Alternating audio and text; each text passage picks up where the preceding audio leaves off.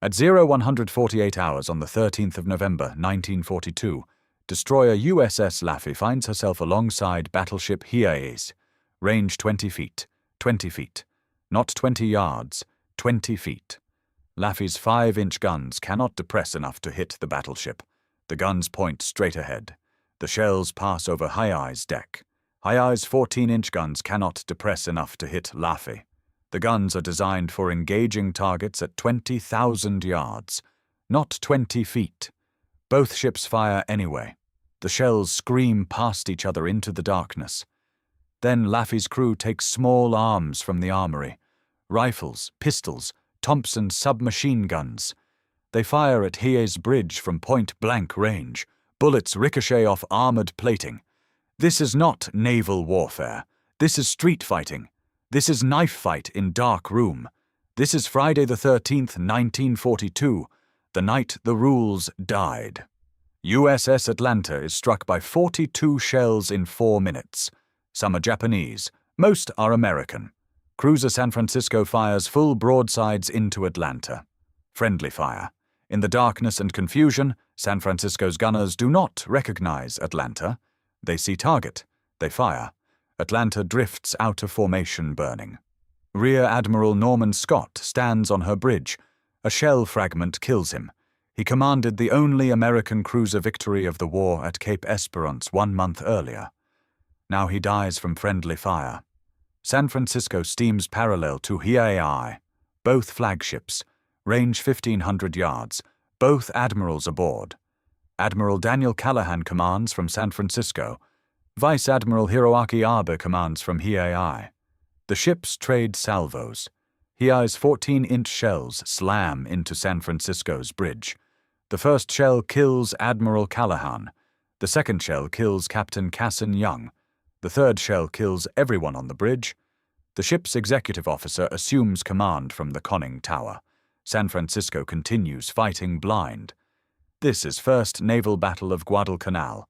24 minutes of absolute chaos. Both admirals dead. One destroyed by friendly fire. One destroyed by enemy fire. 4 American destroyers sunk. 2 American cruisers crippled. 1 Japanese battleship crippled. 2 Japanese destroyers sunk. 1,439 Americans dead. 700 Japanese dead. Neither side wins. Both sides lose. Henderson Field survives. That is all that matters. The strategic situation demands battle. Japanese 17th Army has failed to capture Henderson Field through ground assault. 3 major attacks, all repulsed. General Hyakutake loses 9,000 men. The Americans hold the airfield. Aircraft based at Henderson dominate daylight operations. They attack Japanese ships. They attack Japanese troops. They make Japanese supply operations impossible during day. The Japanese respond with night operations. Tokyo Express. Fast destroyer runs delivering troops and supplies under darkness. But Tokyo Express cannot deliver heavy equipment, cannot deliver artillery, cannot deliver enough supplies. Henderson Field must be destroyed. Only then can Japanese bring reinforcements in force. Admiral Yamamoto commits the combined fleet.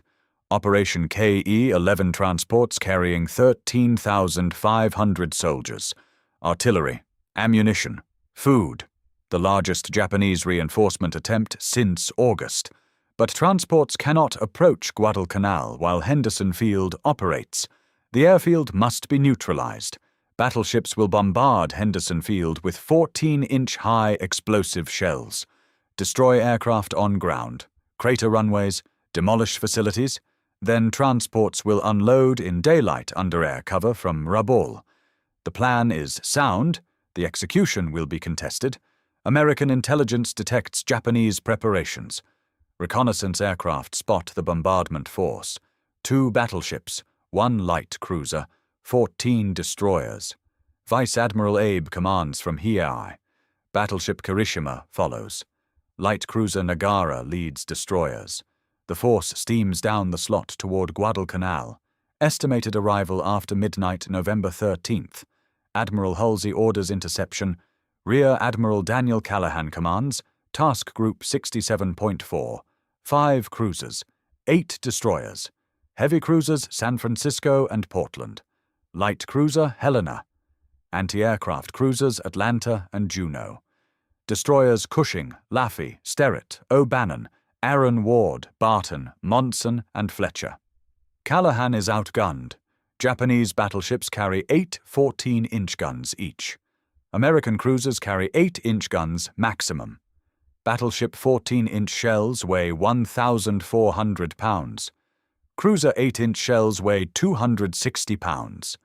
The weight of Japanese battleship broadside is 11,920 pounds. American cruiser broadside is 2,340 pounds. Callahan faces 5-to-1 firepower disadvantage.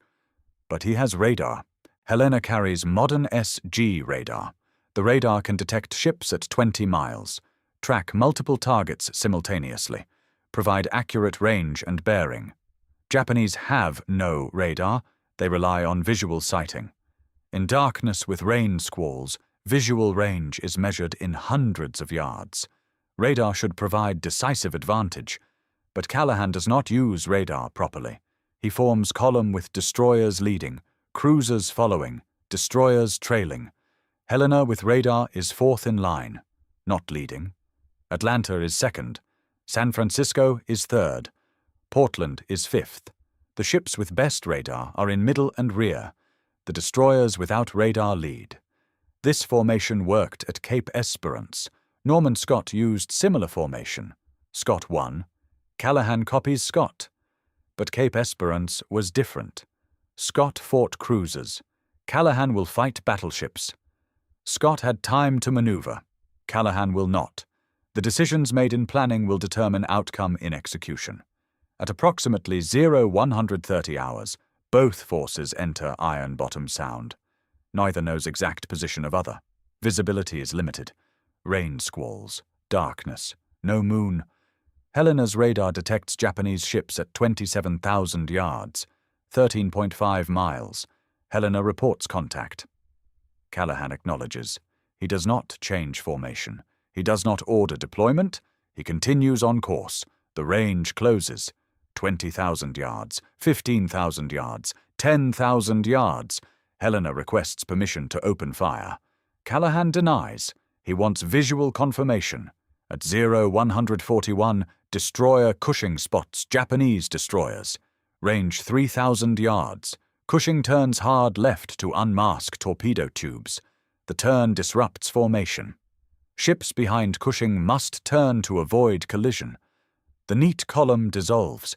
Atlanta veers out of line. San Francisco follows. Portland follows. The American formation is breaking up. Japanese destroyers turn searchlights on American ships. At 0142, Japanese guns open fire. Destroyer Akatsuki illuminates Atlanta with searchlight. Range 1,500 yards. Multiple Japanese ships fire on Atlanta. The light cruiser is pounded. 42 shells strike in 4 minutes. Admiral Scott is killed on the bridge. Atlanta staggers out of line burning. At 0148, Callahan orders, odd ships fire to starboard. Even ships fire to port. The order is meant to prevent confusion. It causes more confusion. Ships cannot identify targets in darkness. They fire at whatever is illuminated. Friendly ships, enemy ships, anything visible. The battle becomes melee, point-blank range, ships passing within yards of each other, destroyers engaging battleships, cruisers firing at destroyers, searchlights crisscross the sound. Star shells burst overhead, tracers streak through darkness, ships burn, men die, order collapses into chaos. Destroyer Laffey engages Hiei. The destroyer closes to suicidal range. Lieutenant Commander William Hank maneuvers alongside the battleship. Laffey's guns fire continuously. 5-inch shells bounce off Hiei's armor. They cause superficial damage. They cannot penetrate. Hiei's secondary battery fires, 6-inch guns designed for anti-aircraft work. At point-blank range, they shred Laffey. The destroyer absorbs dozens of hits. Her bridge is destroyed. Her engine room is flooded. At 0153, torpedo from destroyer Teruzuki strikes Laffey. The explosion breaks her keel. She sinks within minutes. 165 men die. 62 survive. Destroyer Barton is struck by 2 torpedoes from destroyer Amatsukaze. She explodes and sinks. 164 men die. 42 survive.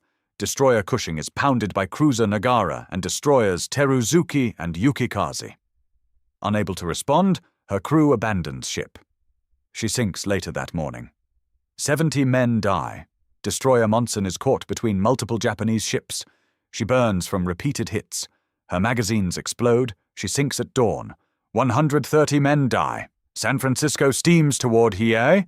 Both flagships. Range closes to 1,500 yards. San Francisco opens fire. 8-inch guns. The shells strike Hiei's superstructure. The battleship returns fire. 14-inch guns. The first salvo misses. The second salvo strikes San Francisco's bridge. The shells detonate. Admiral Callahan dies instantly. Captain Young dies. The navigation officer dies. The gunnery officer dies. The communications officer dies. Everyone on the bridge dies. The ship is leaderless. Lieutenant Commander Bruce McCandless assumes command from Battle 2 steering aft. He continues the attack. San Francisco fires 45 salvos. Over 200 shells. Multiple hits on Hiei. But Hiei's armor holds. The 8-inch shells cannot penetrate the battleship's belt. They damage superstructure. They start fires. They kill crew. But they do not sink the ship. Portland fires on Hiei. Range close. Her 8-inch shells strike the battleship repeatedly. At 0158, torpedo strikes Portland. Japanese destroyer fired it. The explosion destroys Portland's steering. The rudder jams hard to starboard. Portland begins turning in circles. She cannot stop. She completes 1 full rotation every 6 minutes. But her forward turrets still function. Every 6 minutes, when her circle brings Hiei into view, Portland fires. This continues for hours. The crippled cruiser firing at the crippled battleship while steaming in endless circles. By 0200 hours, Admiral Abe orders withdrawal. He is wounded. His chief of staff is dead. Hiei is damaged. Multiple fires burn. The steering is destroyed. She is dead in the water. Abe abandons the bombardment. He orders his destroyers to assist Hiei. The mission has failed. Henderson Field will not be bombarded. The transports cannot approach. The operation is postponed. The Americans have won strategically even as they lose tactically. Dawn reveals the carnage. Atlanta drifts burning. She is scuttled later that day. Cushing burns. Laffey is gone. Barton is gone. Monson is gone. San Francisco lists heavily. Her bridge is wrecked. 45 men dead. Over 100 wounded. Portland circles endlessly. Her steering will not be repaired for hours, but Henderson Field is intact. Aircraft prepare to launch. They will attack Japanese ships in daylight. They will finish what the night battle started. At 0600 hours, Marine SBD Dauntless dive bombers attack Hiei. The battleship is northwest of Guadalcanal. She is under tow. Destroyers surround her. The dive bombers press their attack. Bombs strike Hiei. Fires spread. More bombers attack through the day. From Henderson Field, from Espiritu Santo, from Enterprise, wave after wave. Hiei cannot maneuver. She cannot escape. By afternoon, she is burning from stem to stern. At 1800 hours, Admiral Abe orders abandon ship. Destroyers take off survivors. Hiei is scuttled by torpedoes. She sinks northwest of Savo Island. First Japanese battleship lost in World War II. Juno withdraws with the damaged American ships. She is steaming in formation with San Francisco and Helena. At 1009 hours, Japanese submarine I-26 fires torpedoes. The torpedoes miss San Francisco.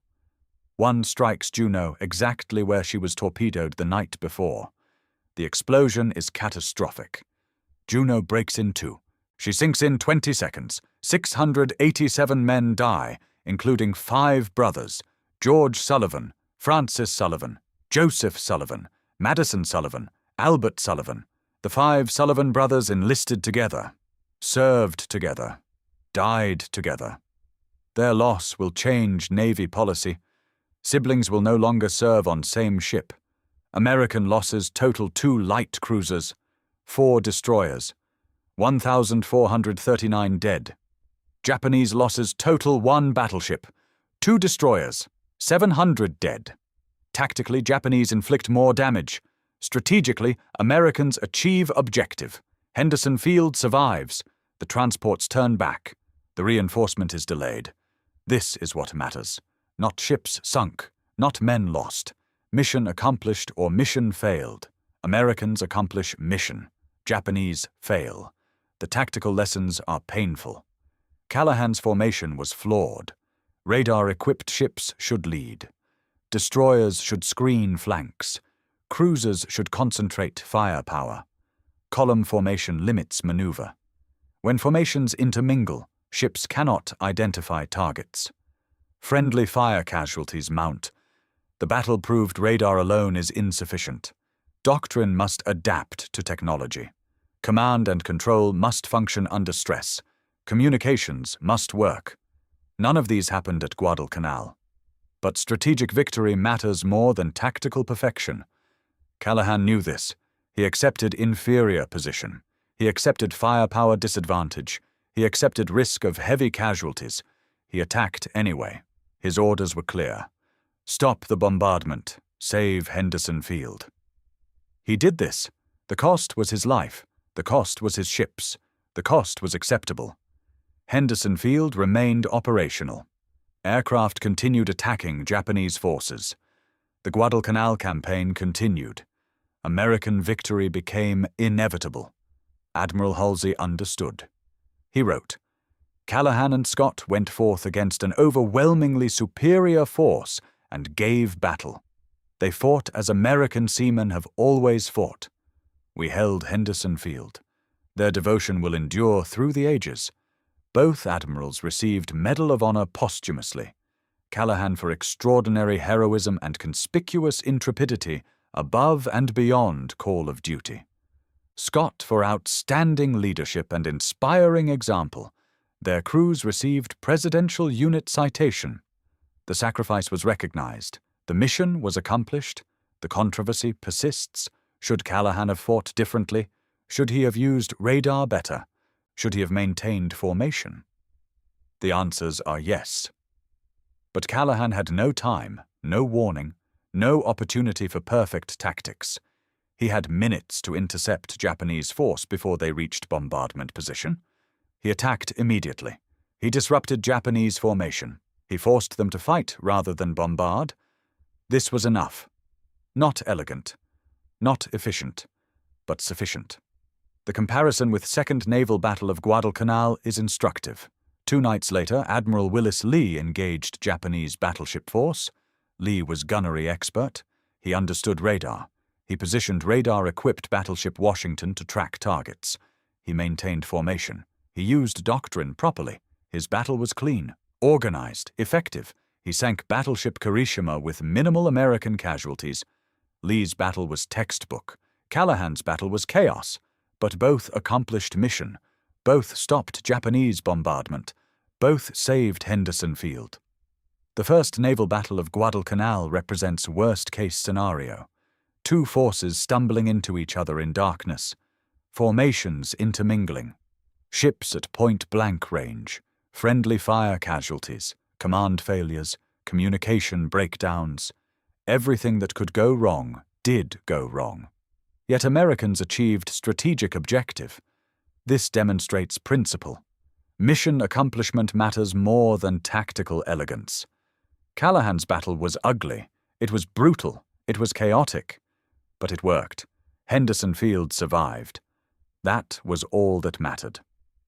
On November 13, 1942, at dawn, Marines at Henderson Field counted aircraft. Enough to fly missions. They prepared strikes. They attacked Japanese ships. They bombed Hai. They attacked transports. They maintained pressure. The airfield Callahan died to save continued operating. The sacrifice was not wasted. The mission succeeded. Callahan and Scott and 1,400 Americans died so Henderson Field could live. Their deaths bought time. Time for reinforcements, time for supplies, time for victory. That was the trade. That was Friday the 13th. That was knife fight in dark room. Brutal, chaotic, effective, American.